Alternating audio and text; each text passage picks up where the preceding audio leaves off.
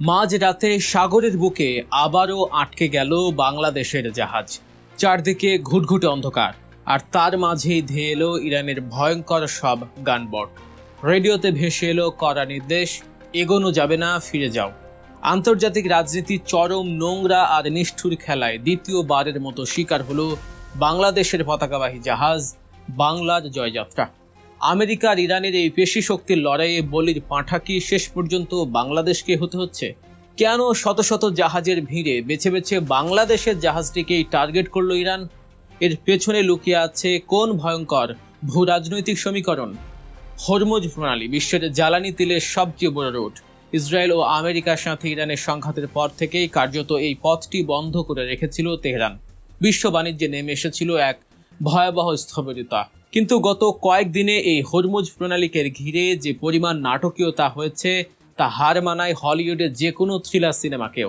24 ঘন্টারও কম সময়ে পুরো বিশ্বের নজর আটকে ছিল এই একটি জলপথের দিকে। শুরুটা হয়েছিল এক স্বস্তির খবর দিয়েও।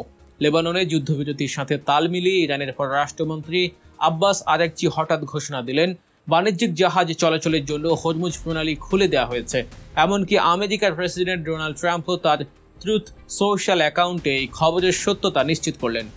বিশ্বজুড়ে শিপিং কোম্পানিগুলো স্বস্তির নিঃশ্বাস ফেলল। মনে হলো অবরুদ্ধ থাকা শত শত জাহাজ এবার মুক্তির পথ খুঁজে পাবে। কিন্তু সেই স্বস্তি টিকল না কয়েক ঘন্টাও। আমেরিকা অবরোধ প্রত্যাহার না করায় এবং সাগরে তাদের যুদ্ধ জাহাজের টহল অব্যাহত রাখায় চরম ক্ষুব্ধ হয়ে ওঠে তেহরান। ইরানের পার্লামেন্ট স্পিকার মোহাম্মদ বাঘের গালিবফ করা হুঁশিয়ারি দিয়ে ফের প্রণালী বন্ধের হুমকি দেন। এর পরপরই দৃশ্যপটে হাজির হয় ইরানের শক্তিশালী সামরিক বাহিনী ইসলামিক রেভলিউশনারি গার্ড কর্পস বা আইআরজিসি কমান্ডার জুলফকারি স্পষ্ট জানিয়ে দেন, আমেরিকা জলদস্যুতা এবং দখলদারিত্ব চালিয়ে যাচ্ছে, তাই হরমুজ প্রণালী পুনরায় বন্ধ করা হলো এবং এটি থাকবে সশস্ত্র বাহিনীর কঠোর নিয়ন্ত্রণে। আর ঠিক এই চরম উত্তেজনার মুহূর্তেই শুরু হয় আমাদের বাংলার জয়যাত্রার সংকট। শুক্রবার রাত সারাদিনের উত্তেজনা আর অনিশ্চয়তার পর যখন হরমুজ খোলার ঘোষণা আসে, তখন পারস্য উপসাগরে আটকে থাকা শত শত জাহাজ যেন মুক্তির আশায় মরিয়া হয়ে ওঠে। শুরু হয় এক অঘোষিত প্রতিযোগিতা, কে কার আগে এই ভয়ঙ্কর প্রণালী পার হতে পারবে। বাংলাদেশ শিপিং কর্পোরেশনের ব্যবস্থাপনা পরিচালক গণমাধ্যমকে অত্যন্ত উচ্ছ্বাসের সাথে জানিয়েছিলেন যে রাত ঠিক 11:50 বাংলা জয়যাত্রা সফলভাবে হরমুজ প্রণালীতে প্রবেশ করেছে। জাহাজের ক্যাপ্টেন শফিকুল ইসলাম খানও নিশ্চিত করেছিলেন যে তারা পূর্ণ গতিতে এগিয়ে যাচ্ছেন। সব ঠিক থাকলে রাত 3টার মধ্যে জাহাজটি এই ডেঞ্জার জোন পার হয়ে যেত। কিন্তু মাঝ সমুদ্রে রাতের নিশ্ছিদ্র অন্ধকারে পরিস্থিতি বদলে যায় চোখের পলকে। রাত 1:45 দৃশ্যপট পাল্টে যায়।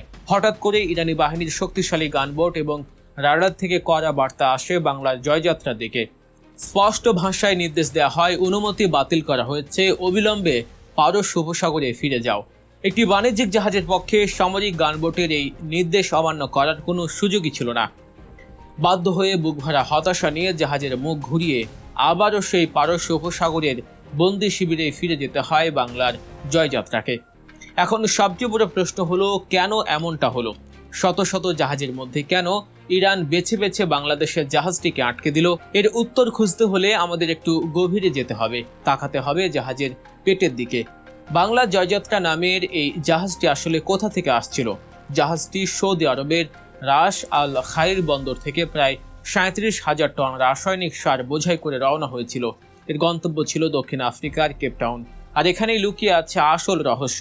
বিশ্ব রাজনীতির সামান্য খোঁজ খবর যারা রাখেন তারা জানেন, মধ্যপ্রাচ্যে আমেরিকার সবচেয়ে বড় মিত্র এবং ইরানের সবচেয়ে বড় আঞ্চলিক প্রতিদ্বন্দ্বী হলো সৌদি আরব। যেহেতু জাহাজটি সৌদি বন্দর থেকে কার্গো লোড করে বেরিয়েছে, তাই শুরু থেকেই ইরানের রেভলিউশনারি গার্ডের কড়া নজরদারিতে ছিল এটি।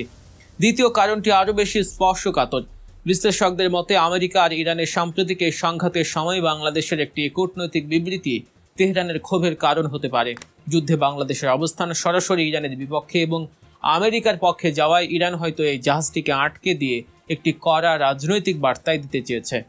নিরপেক্ষ দেশের জাহাজ হওয়া সত্ত্বেও শুধু সৌদি কানেকশন এবং কূটনৈতিক অবস্থানের কারণে বাংলার জয়যাত্রাকে চরম হয়রানির শিকার হতে হলো।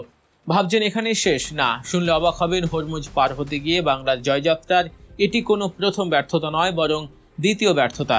এর আগে গত 2 ফেব্রুয়ারি থেকে 11 মার্চ পর্যন্ত দীর্ঘ সময় ধরে পারস্য উপসাগরের এই অশান্ত অঞ্চলে আটকে ছিল জাহাজটি। সেবার বাধ্য হয়ে এক বন্দর থেকে আরেক বন্দরে ঘুরে সাধারণ পণ্য পরিবহনের কাজ করতে হয়েছিল তাদের। অবশেষে পরিস্থিতি কিছুটা স্বাভাবিক হলে জাহাজটিকে নিরাপদ গন্তব্যে ফেরানোর সিদ্ধান্ত নেয় বাংলাদেশ শিপিং কর্পোরেশন। কিন্তু এবারও সেই একই নিয়তি। একটি জাহাজ মাসের পর মাস এভাবে সাগরের মাঝখানে আটকে থাকলে তার অর্থনৈতিক খেসারত কতটা ভয়াবহ তা হয়তো সাধারণ মানুষের ধারণার বাইরে। জাহাজ চলুক বা না চলুক, মাঝরাতে সাগরে অলস পড়ে থাকলেও এর জেনারেটর এবং অন্যান্য যন্ত্রপাতি সচল রাখতে প্রতিদিন বিপুল পরিমাণ জ্বালানি পোড়াতে হয়। মাসের পর মাস এই জ্বালানির খরচ কে বহন করবে? অন্যদিকে 37,000 টন সারের বিশাল চালান যদি সময় মতো দক্ষিণ আফ্রিকার কেপটাউনে না পৌঁছায়, তবে আন্তর্জাতিক ক্লায়েন্টেরা কি চুপ করে বসে থাকবে? কখনোই না।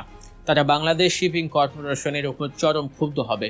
কোটি কোটি টাকার ডেমারেজ বা জরিমানার খড়গ নেমে আসতে পারে বাংলাদেশের ঘাড়ে। সবচেয়ে বড় ক্ষতিটা হচ্ছে আমাদের ভাবমূর্তির। আন্তর্জাতিক শিপিং মার্কেট এমনিতেই চরম প্রতিযোগিতামূলক। সেখানে গ্লোবাল ক্লায়েন্টরা যদি দেখে বাংলাদেশের পতাকাবাহী কোনো জাহাজ বারবার ভূ রাজনৈতিক কারণে আটকে যাচ্ছে বা সামরিক হয়রানির শিকার হচ্ছে, তবে ভবিষ্যতে তারা বাংলাদেশের জাহাজ ভাড়া নিতে 10 বার চিন্তা করবে।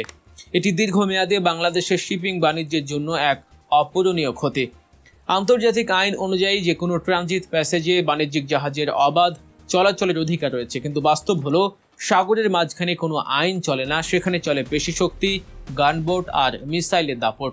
ইরান মূলত এই হরমুজ প্রণালীকে ব্যবহার করে পুরো বিশ্বকে তাদের পেশি শক্তি দেখাচ্ছে। তারা বুঝিয়ে দিচ্ছে এই জলপথের চাবি সম্পূর্ণ তাদের পকেটে। তারা যাকে খুশি পার করতে দেবে, যাকে খুশি আটকে রাখবে। আর এই পেশি শক্তির লড়াইয়ে নির্মমভাবে পিষ্ট হচ্ছে বাংলাদেশের মতো ছোট দেশগুলো। এখন প্রশ্ন হলো, আমাদের পররাষ্ট্র মন্ত্রণালয় বা দূতাবাসগুলো কি সত্যি তাদের দায়িত্ব সঠিকভাবে পালন করতে পারছে? যখন হরমুজ খোলার ঘোষণা এলো, তখন কি আগেই ইরানের সাথে যোগাযোগ করে আমাদের জাহাজের জন্য একটি গ্রিন সিগন্যাল বা সেফ প্যাসেজ নিশ্চিত করা যেত না? কেন জাহাজটিকে অন্ধের মতো রওনা করিয়ে মাঝ সমুদ্র থেকে চরম অপমানজনকভাবে ফিরিয়ে আনা হলো? দর্শক, আন্তর্জাতিক রাজনীতির এই দাবা খেলায় বাংলাদেশকে আসলেই গুটি হিসেবে ব্যবহৃত হচ্ছে? এ বিষয়ে আপনার মূল্যবান মতামত অবশ্যই কমেন্ট করে জানাবেন। ভিডিওটি তথ্যবহুল মনে হলে লাইক দিন ও শেয়ার করুন। আর দেশ ও বিদেশের এমন আরও সত্য ও বিশ্লেষণধর্মী খবরের গভীরে যেতে এখনই গল্প নিউজ চ্যানেলটি সাবস্ক্রাইব করুন। ভালো থাকবেন, দেখা হবে পরবর্তী ভিডিওতে। আল্লাহ হাফেজ।